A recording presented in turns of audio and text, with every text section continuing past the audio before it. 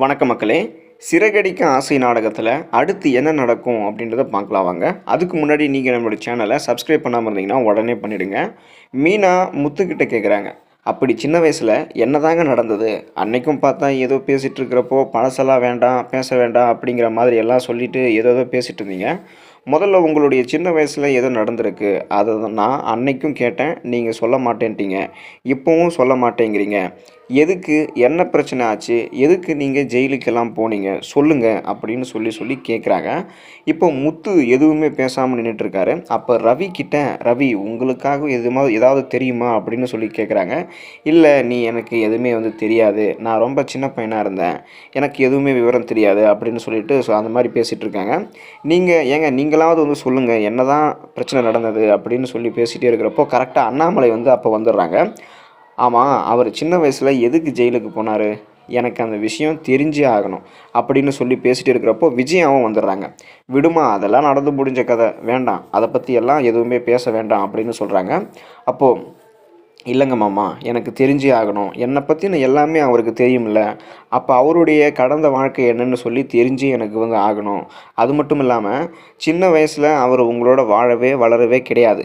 அங்கே போயிட்டு அவர் பார்த்தோம் அப்படின்னா பாட்டி வீட்டில் தான் இருந்திருக்காங்க. அதுக்காக காரணம் என்னன்றது எனக்கு தெரிஞ்சே ஆகணும் அப்படின்னு சொல்லும்போது, நான் ரொம்ப நாளாக கேட்குறேன், அவர் சொல்லவே மாட்டேங்கிறாரு அப்படின்னு சொல்லி கேட்குறாங்க. இல்லைம்மா, அதை பற்றி எதுவும் இப்போதைக்கு பேச வேண்டாம் அப்படின்னு சொல்கிறாங்க. முத்துவும் கோவமாக அங்கேருந்து பார்த்தோம் அப்படின்னா கிளம்பி போயிடுறாங்க. அப்புறம் அப்போது மீனா யோசிக்கிறாங்க, சரி ஏதோ பெரிய பிரச்சனை ஒன்று நடந்திருக்கு, இவரை பாதிக்கிற மாதிரி என்னன்றது மட்டும் தெரியல, சரி அவங்க சொல்கிறப்போ சொல்லட்டும் அப்படின்ற மாதிரி சொல்லிட்டு விட்டுறாங்க. அடுத்ததாக பரசு கல்யாணத்துக்கு எல்லாமே தடபடான்னு நடந்துகிட்ருக்கு. ஏற்பாடு எல்லாம் அங்கே பரசு அண்ணாமலை கிட்ட ப்ரௌன் மணியை பார்த்தோம் அப்படின்னா இதான் மாப்பிள்ளையோடைய மாமான்னு சொல்லி இன்ட்ரடியூஸ் பண்ணலாம்னு சொல்லி 2-3 தடவை ட்ரை பண்ணுறாரு. ஆனால் சந்தர்ப்பம் கரெக்டாக அமையலை, இன்ட்ரடியூஸும் பண்ண முடியல. அடுத்ததாக முத்து கிச்சனில் போயிட்டு வேலையெல்லாம் கரெக்டாக நடக்குதான்னு சொல்லி பார்க்க போகிறப்ப கரெக்டாக ப்ரௌன் மணியை பார்த்துட்றாங்க. அப்போ அமைதியாக எதுவுமே பேசாமல் போய் அண்ணாமலையும் மனோஜ் ரவி எல்லாத்தையுமே கூட்டிகிட்டு இங்கே பாருங்கள், இங்கே யார் வந்திருக்காங்கன்னு பாருங்கள், என்ன ஒரு சர்ப்ரைஸ் அப்படின்னு சொல்லி சொல்கிறாங்க. ஆமாம் சம்பந்தி, எப்படி வந்தார்? அது வந்த உடனே கிச்சனில் இந்த வேலையை செஞ்சிட்ருக்காரு, ரோகிணிக்கு இந்த விஷயம்லாம் தெரியுமா? என்னமோ தெரியலையே அப்படின்ற மாதிரி அண்ணாமலை சொல்கிறாங்க. அப்போ மனோஜ் சொல்கிறாங்க, கண்டிப்பாக தெரியறதுக்கு வாய்ப்பே இல்லை, ஏன்னா தெரிஞ்சிருந்தா என்கிட்ட கண்டிப்பாக சொல்லியிருந்திருப்பாங்க அப்படின்னு சொல்கிறாங்க. ஆமாம், எல்லாம் அந்த பார்லர் அம்மா உங்ககிட்ட சொல்லிட்டு தானே செய்யுது, நீ வேற ஏண்டா அப்படின்னு சொல்லிட்டு போயிட்டு பார்லர் அம்மாவை கூட்டிகிட்டு வா அப்படின்னு சொல்கிறாங்க. அங்கே பொண்ணுக்கு அலங்காரம் பண்ணிகிட்டு இருக்காங்க, அவன் எப்போ வருவா அப்படின்னு சொல்கிறாங்க. அப்போ பார்த்தோம்னா அவன் பொண்ணுக்கு அலங்காரம் பண்ணிகிட்ருக்கான், அவன் எப்போ வருவான் அப்படின்ற மாதிரி சொல்கிறாங்க. ஏண்டா அவங்க மாமா வந்திருக்காங்க, அதை விட முக்கியமாடா, போய் கூட்டிகிட்டு வாடா அப்படின்னு சொல்கிறாங்க. முத்து கொஞ்சம் அமைதியாக இரு, எதுவும் இப்போதைக்கு பேச வேண்டாம் அப்படின்னு சொல்லிட்டு அண்ணாமலை சொல்கிறாங்க. அப்போ கரெக்டாக அவரும் வந்துடுறாரு. வந்த உடனே ப்ரௌன் மணி இவங்க எல்லாத்தையும் பார்த்து ஷாக்காக பார்க்குறாரு. என்ன மலேசியா மாமா, எப்போ வந்தீங்க? வந்த உடனே டைரெக்டாக கிச்சனுக்கு வந்துட்டீங்க போல இருக்குது அப்படின்னு சொல்கிறாங்க. அப்போ கரெக்டாக பரசும் வந்துடுறாங்க. வந்த உடனே இவர் தான் மாப்பிள்ளையுடைய மாமா அப்படின்னு சொல்கிறாங்க. என்னப்பா சொல்கிறாரு, இவ்வளவு பெரிய குழப்பம் நடந்திருக்கு, மாப்பிள்ளையுடைய மாமனா? அப்போது ஃபார்லர் அம்மாவுடைய மாமாங்கிறாங்க, அப்போ யாருக்கு தான் இவர் மாமா அப்படின்னு கேட்குறாங்க. அப்போ அங்கே இருக்கிறவங்க, பக்கத்தில் இருக்கிறவங்க, ப்ரௌன் மணி தெரிஞ்சவங்க, நீ எப்பப்பா மலேசியாவுக்கு போன அப்படின்னு கேட்குறாங்க. எதுவும் பேச முடியாமல் வாய் அடைச்சி போய் நிற்கிறாங்க. அப்போ முத்து சொல்கிறாங்க, அப்பா ஏற்கனவே நான் சொன்னது தான்ப்பா, மலேசியாவிலேருந்து எல்லாம் வரலைங்க, பக்கத்தில் தான் எங்கேயாவது இருப்பாரா இருக்கும். அந்த பார்லர் மலேசியாவிலிருந்து வந்தாருன்னு சொன்னதெல்லாம் நீங்கள் எல்லாம் நம்பிட்டு இருக்கிறதுனால அது காதில் பூ சுற்றிட்டு இருக்குது. ஸோ இவங்க ஒழுங்காக சொல்லுது அப்படி சொல்லுங்கள் அப்படின்ற மாதிரி கேட்குறாங்க, மிரட்டி கேட்குறாங்க முத்துக்கிட்ட. ப்ரௌன் மணியே தம்பி எதுவும் பிரச்சனை பண்ண வேணாம், கல்யாணம் நல்லபடியாக நடந்து முடியட்டும் அப்படின்னு சொல்கிறாங்க. அப்போ உண்மையை சொல்லுங்கள் அப்படின்னு கேட்குறாங்க. நான் எல்லாத்தையும் சொல்லிடுறேன் அப்படின்னு சொல்லிட்டு நடந்த விஷயத்தெல்லாம் சொல்கிறாங்க. அப்போ வித்யா மூலமாக தான் நீங்கள் பார்லர் அம்மாவுக்கு நீங்கள் இன்ட்ரடியூஸ் ஆகிருக்கீங்க அப்படி தானே அப்படின்னு சொல்கிறாங்க. இதை பார்த்துட்டே இருக்கக்கூடிய மனோஜ் இங்கே பாருங்கள், ஏதோ மாற்றி பேசிகிட்டு இருக்காதீங்க, எனக்கு என்னமோ நீங்கள் சொல்கிறதுல நம்பிக்கையே கிடையாது அப்படின்னு சொல்கிறாங்க. நீ வேணால் நம்பாமல் இருடா, எனக்கு ஆரம்பத்துலேருந்து இவர் மேலே சந்தேகமாக தான் இருக்குது, வந்தது மலேசியாவில் இருந்து வந்த மாதிரியே தெரியவே கிடையாது அப்படின்னு சொல்லிட்டு இது மாதிரி பேசிகிட்டு இருக்காங்க.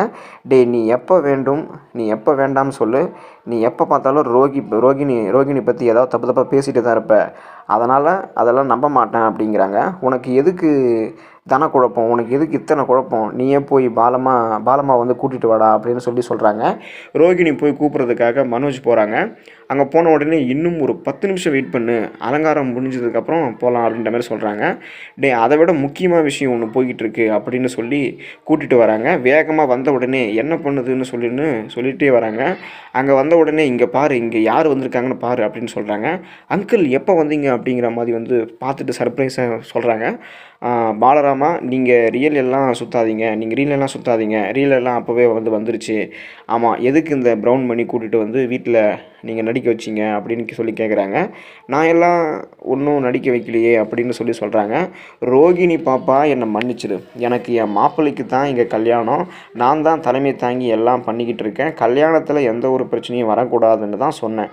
உன் பிரச்சனை எதுக்காக நீ இப்படி பண்ணுறேன்னு எனக்கு தெரியாதுமா. ஆனால் என்னால் முடிஞ்ச வரைக்கும் நான் உன் பேரை வந்து காப்பாற்றுவேன். இனி எல்லாம் என்னால் வந்து பண்ண முடியாது.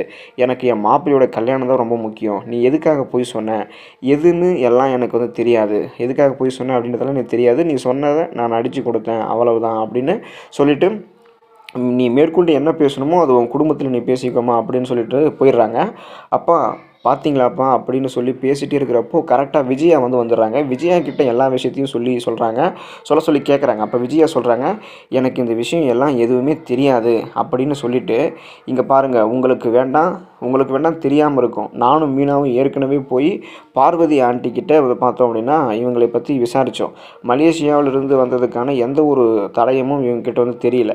ஸோ இவங்க சொல்கிறத வச்சு தான் அவங்களுக்கு சொல்லியிருக்காங்க. அதைத்தான் நீங்களும் நம்பியிருக்கீங்க. ஏதாவது இந்த பார்ல அம்மா வந்து இது ஏதாவது இந்த என்னென்னமோ சொல்லியிருக்கு இந்த அம்மா வந்து, அதனால் என்னென்னமோ பேசியிருக்கு, எல்லாத்தையும் நீங்கள் வந்து நம்பிட்டு இருந்திருக்கீங்க அப்படின்னு சொல்கிறாங்க. என்ன ரோகிணி, இது எல்லாத்துக்கும் முன்னாடி வந்து அசிங்கப்படுத்திட்ட அப்படின்னு சொல்லி சட்டுன்னு கன்னத்திலேயே வந்து அரைஞ்சிடுறாங்க. ஆண்டி, அப்படிலாம் ஒன்றும் கிடையாது அப்படின்னு சொல்கிறாங்க. அப்போது இதெல்லாம் என்ன? அதெல்லாம் அவர் தான் வந்து ஓப்பனாக சொல்கிறாரு. நடிக்க வந்துட்டேன்னு சொல்கிறாரு. இதுக்கப்புறம் என்ன வேணும்? நீ அவங்க அப்பா வந்து மலேசியாவில் தான் இருக்காங்க. இது வரைக்கும் ஒரு ஃபோட்டோ கூட காமிச்சிருப்பேன்ல, நீ காமிச்சதே கிடையாது. ஸோ நீங்கள் வந்து அங்கே மலேசியாவில் இருந்த மாதிரி தான் காமிச்சிருக்கிய அப்படின்னு சொல்லி பேசிகிட்டு இருக்கிறப்போ கரெக்டாக வித்யாவும் வந்துடுறாங்க. மெயின் ரூலை மீதான், அதாவது வந்து பார்த்தோம்னா, வித்யா வாங்க, நீங்கள் கரெக்டான நேரத்தில் வந்துட்டீங்க அப்படின்னு சொல்லிட்டு அண்ணா கரெக்டாக மீனாவும் முத்துவும் சொல்கிறாங்க. என்ன நடக்குது அப்படின்னு சொல்லி கேட்குறப்போ, ஆமாம், நீங்கள் 2 பேரும் சேர்ந்து ப்ரௌன் மணின்னு ஒருத்தரை கொண்டு வந்து நடிக்க வச்சிங்களா? அவர் இப்போ தான் இங்கே தான் வந்திருக்காரு. அவரோட மாப்பிள்ளைக்கு தான் கல்யாணம் அப்படின்னு சொல்கிறாங்க. இதை பார்த்துட்டு என்ன நடக்குது அப்படின்ற மாதிரி வந்து சொல்கிறாங்க. எதுவுமே பேசாமல் அப்படியே ரோகிணி அழுதுகிட்டே நின்றுட்டுருக்காங்க. அது வந்து அப்படி இன்னும் சொல்லிக்கிட்டே இருக்காங்க. நான் ஏற்கனவே உங்ககிட்ட நான் கேட்டேன்ல, அந்த ஃபோன் விஷயத்தில் நீங்கள் ஏதோ மறைச்சிருக்கீங்க, நீங்கள் உண்மையை சொல்லுங்கள் அப்படிங்கிற மாதிரி வித்யா வந்து பார்த்தோம் அப்படின்னா கேட்டுகிட்டே வந்து நிற்கிறாங்க. ஸோ அவங்க இது இப்படி கேட்டுட்டு இருக்கிறதே வந்து பார்த்தோம்னா சஸ்பென்ஸாக தான் இருக்குது. ஸோ அதுக்கப்புறம் வந்து இதில் என்ன நடக்க போகுது அப்படின்றது வந்து தெரியல. ஸோ தொடர்ந்து வந்து நீங்கள் நம்மளோட சேனல் வந்து வாட்ச் பண்ணிகிட்டே இருங்க. அதுக்கடுத்து என்ன நடக்குது அப்படின்னு சொல்லுவோம். லைக் பண்ணுங்கள், ஷேர் பண்ணுங்கள், மறக்காமல் நம்மளோட சேனலை உங்களுக்கு தெரிஞ்சவங்களுக்கும் ஷேர் பண்ணிவிட்டு நம்மளோட சேனலை சப்ஸ்கிரைப் பண்ணிக்கோங்க.